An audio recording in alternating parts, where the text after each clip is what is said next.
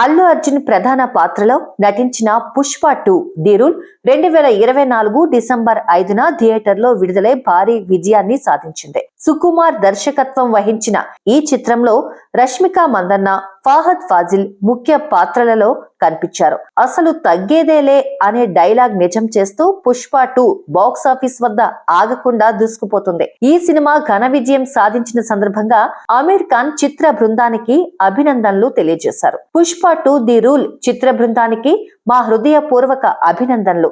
Black buster విజయం సాధించినందుకు శుభాకాంక్షలు. మీ విజయ పయనాన్ని ఇలాగే కొనసాగించండి. ప్రేమతో టీమ్ ఏకేపీ అని ట్వీట్ చేశారు ఆమీర్ ఖాన్.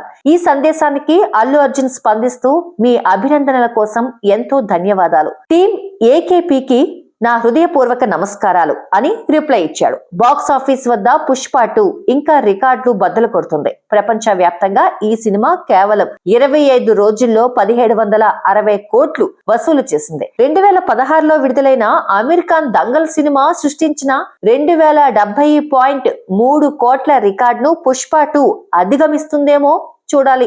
ఆ కలెక్షన్స్ కు దాదాపు చేరువలో ఉన్న అంశం అంతటా చర్చనీయాంశంగా మారింది. ప్రస్తుతం ఆమీర్ ఖాన్ తన కొత్త ప్రాజెక్ట్ సితారే జమీన్ పర్ చిత్రీకరణలో బిజీగా ఉన్నారు. ఇది తారే జమీన్ పర్ కు సీక్వెల్ గా తెరకెక్కుతోంది.